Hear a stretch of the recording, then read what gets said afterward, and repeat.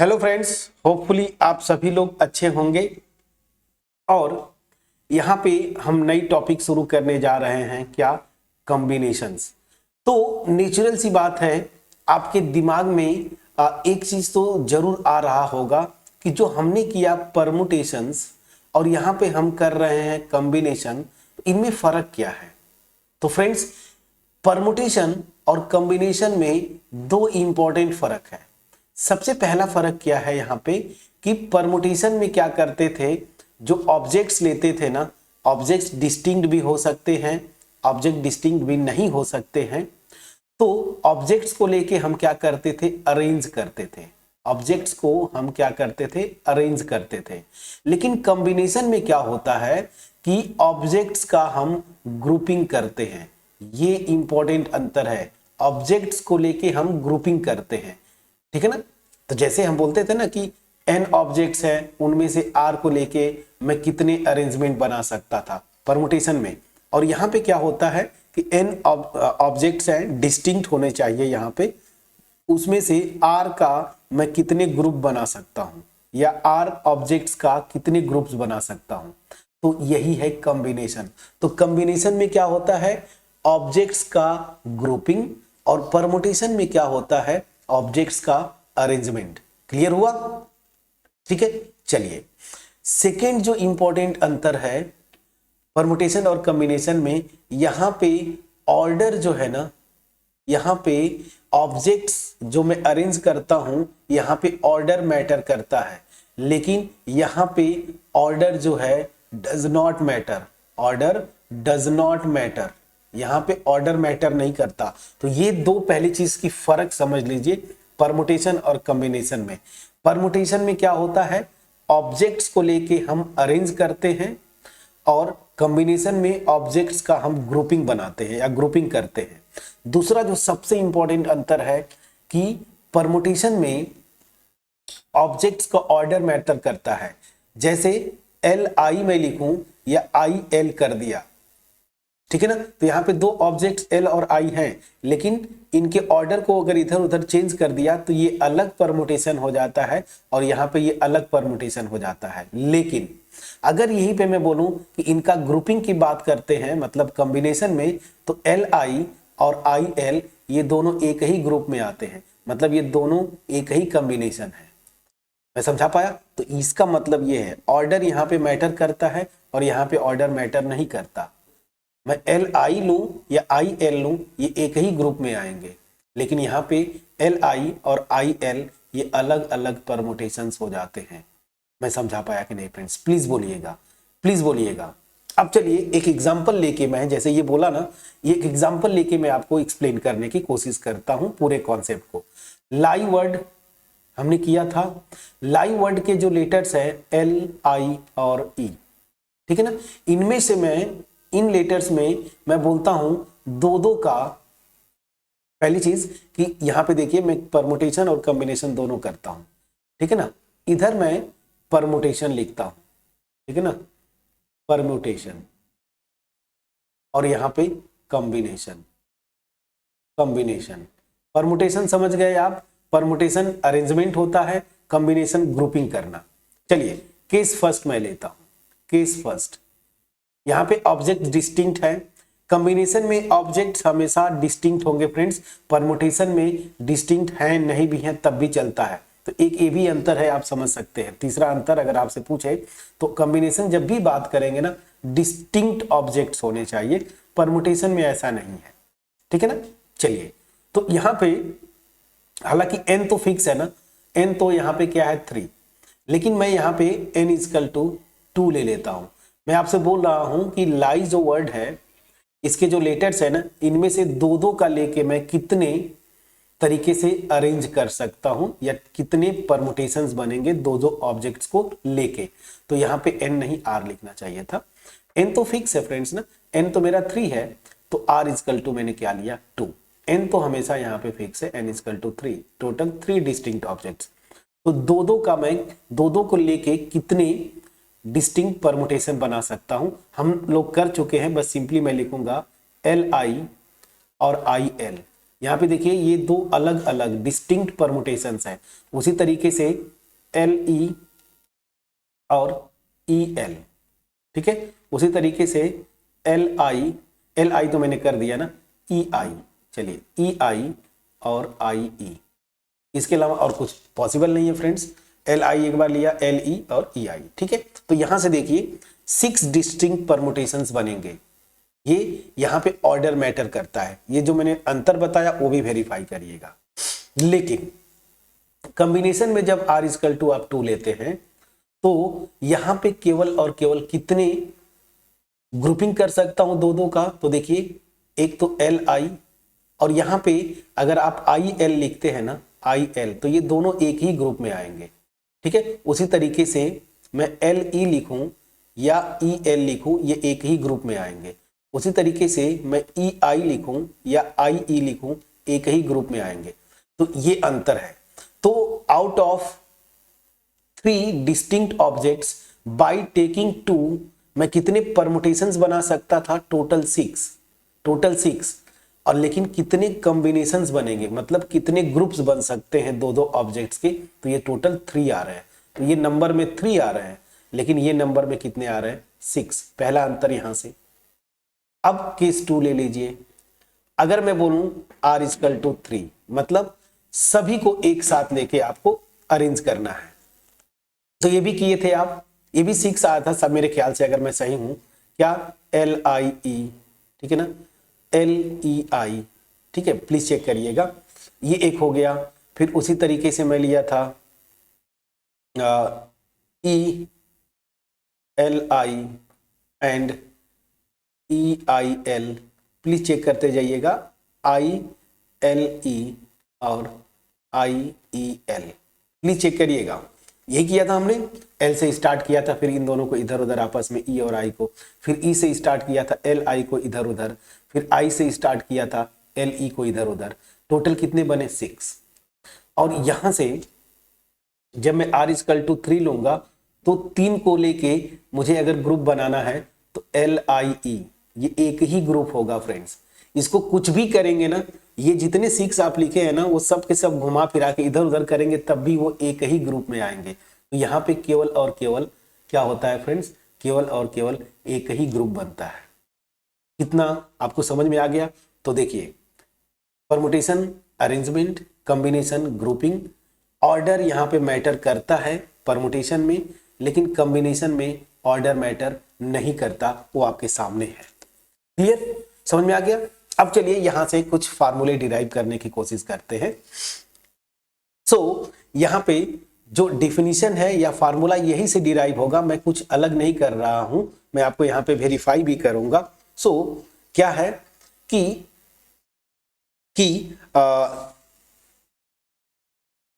The total number of combination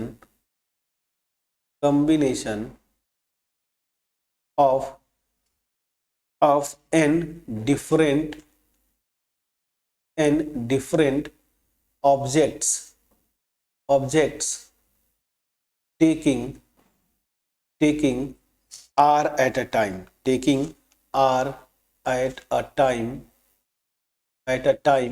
is denoted by NCR and is defined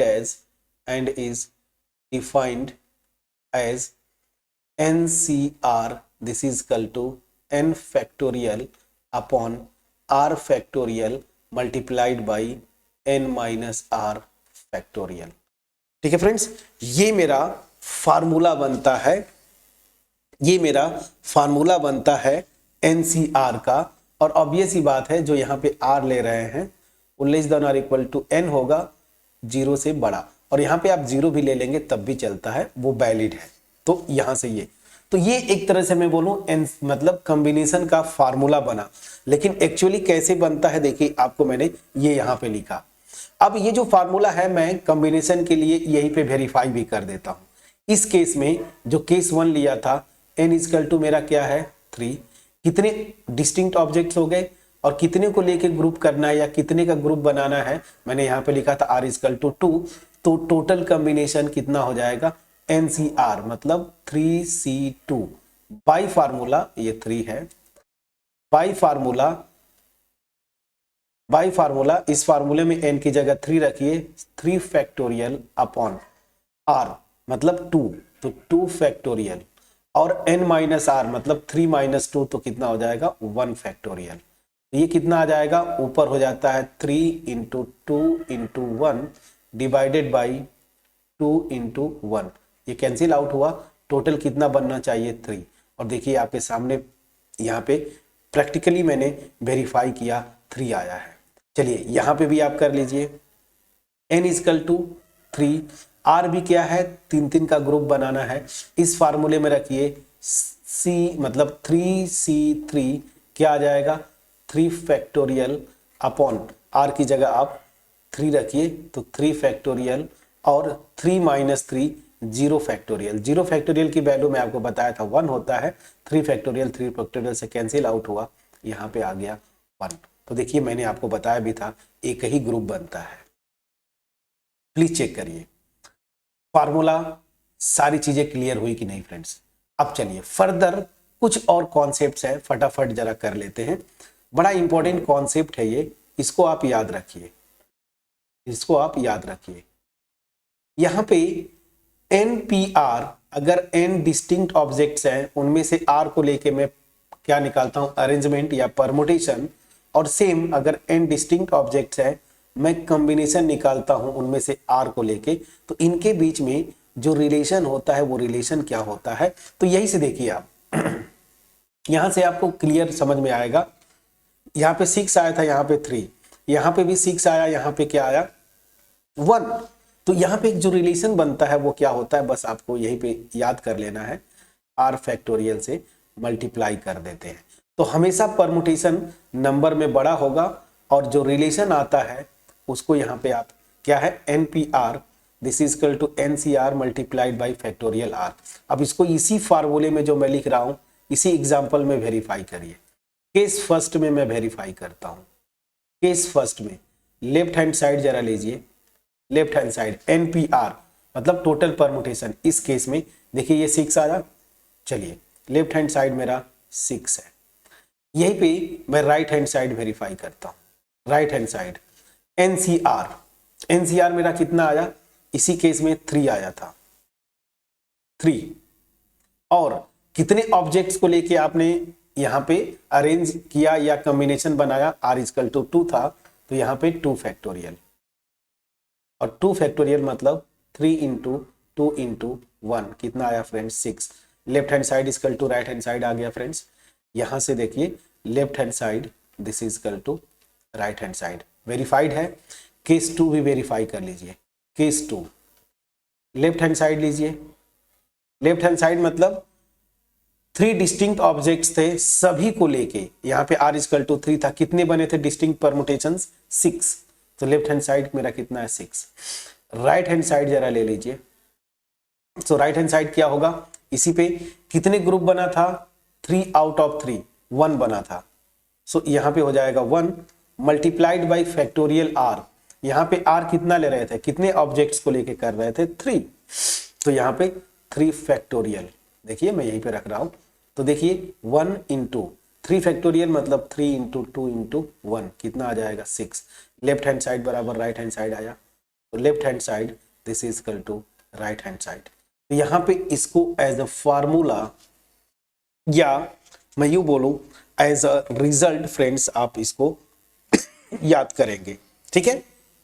चलिए अब क्योंकि theory portion इसमें combination में बहुत कम है, जो कुछ भी था फंडामेंटल प्रिंसिपल ऑफ काउंटिंग ये मेरा बैकबोन था, उसके बाद क्या परमुटेशंस, कॉम्बिनेशन बहुत इजी है, इसमें बहुत ज्यादा थ्योरी पोर्शन नहीं है। तो थ्योरी पोर्शन जो भी है यहाँ पे मैं कंप्लीट करने की कोशिश करता हूं, बट बिफोर दैट मैं आपसे बोलूंगा अगर आप डायरेक्ट इस वीडियो पे आए हैं तो प्लीज शुरू से वीडियोस देखिए, फंडामेंटल प्रिंसिपल ऑफ काउंटिंग से देखते हुए यहाँ पे आएंगे तो मेरा जो मोटिव है वो आपके पास क्लियरली पहुंच पाएगा। मेरा मोटिव यही है कि चाहे आपका टारगेट जेईई है, मेंस या एडवांस, इसके अलावा पीजीटी है, टीजीटी है, या कोई भी अदर कॉम्पिटिटिव एग्जाम जहां पे परमुटेशन कॉम्बिनेशन आपका सिलेबस है, वहां पे सारे के सारे क्वेश्चंस आप कर पाए। ठीक है, अब कुछ प्रॉपर्टीज हैं कॉम्बिनेशन की, कुछ प्रॉपर्टीज हैं, इनको आप यहीं पे कर लेते हैं ताकि नेक्स्ट वीडियो से हम क्या करेंगे, आपका न्यूमेरिकल्स करेंगे। सबसे पहला यहां पे दो प्रॉपर्टीज हैं जिसको आपको याद करना है फ्रेंड्स। याद क्या करना, मैं बोलूं रट लेना है। हाँ, इसका प्रूफ आप देख सकते हैं बुक से, प्रूफ मैं नहीं दूंगा।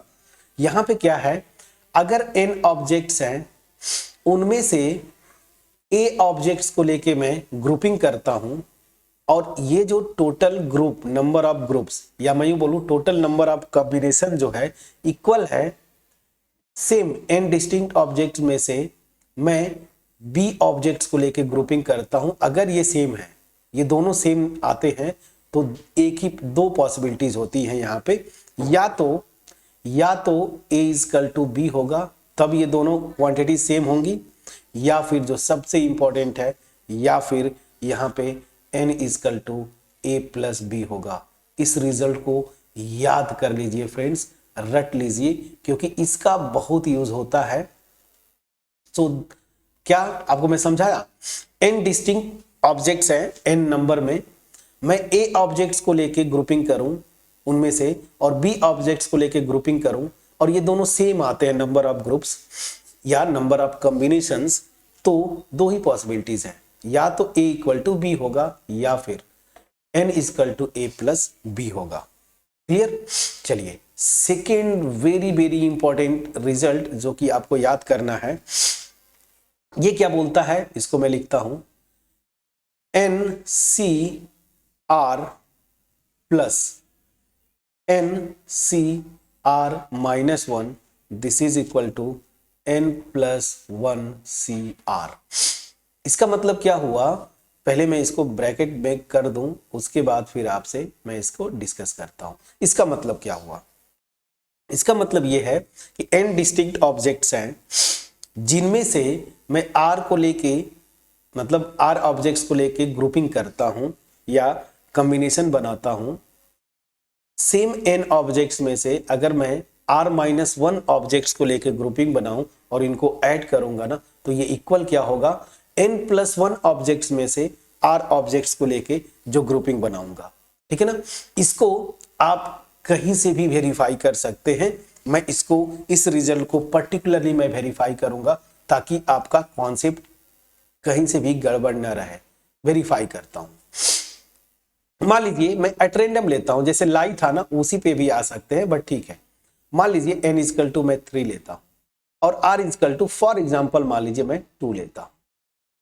ठीक है, 2 ले लिया।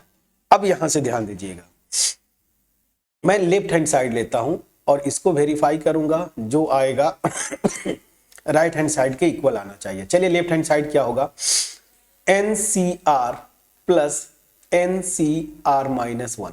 चलिए, n मेरा 3 है, C R की वैल्यू मेरी क्या है 2, प्लस n3 है, C R माइनस 1 मतलब 2 माइनस 1, तो ये 1 हो जाएगा। अब इसकी वैल्यू आप कैलकुलेट कर सकते हैं, फार्मूला आपके सामने है, NCR का मैंने ये फार्मूला लिखा हुआ है, इसको आप याद कर लीजिए, और ये मेरे ख्याल से याद भी होगा। ठीक है ना, चलिए, तो ये क्या था फार्मूला, फैक्टोरियल n, तो यहां पे मैं लिखता हूं 3 फैक्टोरियल अपॉन r फैक्टोरियल मतलब 2 factorial into n minus r, तो 3 माइनस 2 कितना हो जाएगा 1 फैक्टोरियल। ठीक है ना, ये मल्टीप्लाई है, ऐसे आप कर दीजिए, प्लस सेम फार्मूला से n factorial upon r factorial into n minus r, तो 3 माइनस 1 कितना 2 फैक्टोरियल, ये वैल्यू।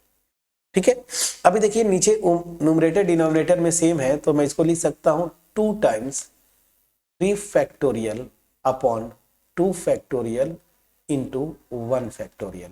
अब इसको जरा सिंप्लीफाई कर लीजिए, 2 मल्टीप्लाइड बाई 3 फैक्टोरियल क्या होता है 3 इंटू 2 इंटू 1, नीचे 2 फैक्टोरियल की वैल्यू 2 इंटू 1, और चलिए यहाँ पे 1 खैर मल्टी वो लिखे ना लिखे ये तो यही आ जाएगा, बट मैंने प्रॉपर लिख दिया। यहाँ से ये पूरा कैंसिल आउट हुआ, कितना आता है 3 2 जा 6, तो लेफ्ट हैंड साइड मेरा कितना आया 6।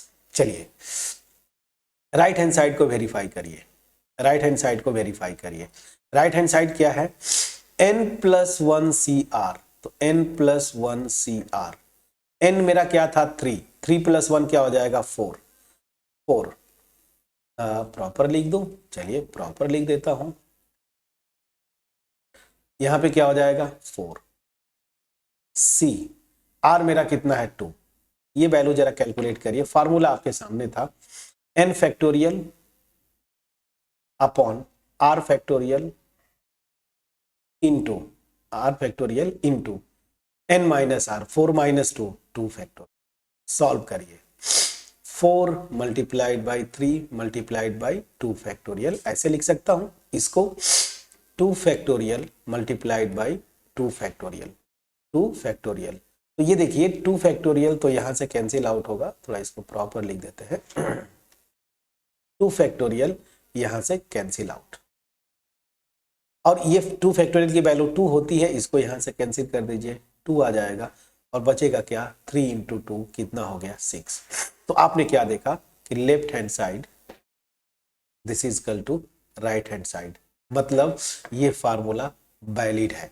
किसी भी रिजल्ट्स को फ्रेंड्स हम हायर मैथमेटिक्स पढ़ाते हैं, अभी आपको यहाँ पे ये टीच कर रहे हैं, हर जगह मैं बोलता हूँ कि फार्मूले को याद करने का बेस्ट जो तरीका है उसको वेरीफाई करके आप याद करें तो चीजें जल्दी याद होती हैं और बहुत लंबे समय तक याद रहती है।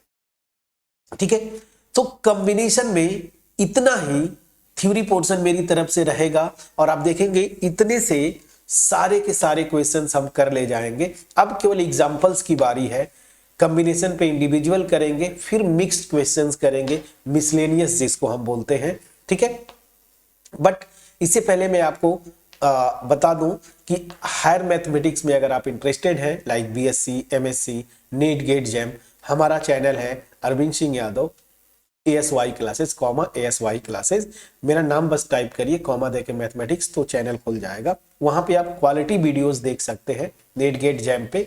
और अगर आप 11th 12th में केवल हैं, ठीक है ना, तो कोई इशू नहीं, फिर आप इसको आप कंटिन्यू करें। बट मैं यही बोलूंगा कि अगर चैनल पे नए हैं सब्सक्राइब करें, बेल आइकन को जरूर क्लिक करें। वीडियो अच्छी लगे फ्रेंड्स के साथ जरूर अपने शेयर करिए, और मैं आपसे वादा करता हूं कि इस तरह की क्वालिटी वीडियोस मैं पूरी NCERTs हो या मैं यूं बोलूं 11th 12th का जो सिलेबस है कंप्लीट करूंगा। उसके बाद फिर आगे PGT, TGT, मेंस, एडवांस के क्वेश्चंस भी हम करेंगे, बट पहले बोर्ड लेवल का कंप्लीट कर लेना है। और मेरा आप देखेंगे पढ़ाने का जो तरीका है बोर्ड लेवल से ही मैक्सिमम जो क्वेश्चन से हो जाएंगे। हाँ, कुछ एक्स्ट्रा लाइक जेई की बात करें तो वहां पे कुछ पोर्शन में जैसे कैलकुलस हुआ या और कुछ पोर्शन है जहां पे थोड़ा एक्स्ट्रा आपको करना पड़ेगा, वो अलग इशू है, उसको हम बहुत बाद में करेंगे। अभी फिलहाल हमारा जो मोटिव है इन कॉन्सेप्ट को डिटेल में डिस्कस करना और आपके पास जो एक्चुअल जो वे होना चाहिए पढ़ने का, मेरा मोटिव यही है कि वो आपके पास डिलीवर करना, क्वालिटी वीडियोस प्रोवाइड करना, ये रिवया क्लासेस का मोटिव है फ्रेंड्स। सो मिलते हैं नेक्स्ट वीडियो में जहां पे हम क्वेश्चंस करेंगे। होपफुली ये मेरा एफर्ट जो था बेसिक कॉन्सेप्ट का आपके पास पहुंच पाया होगा। So thank you so much friends.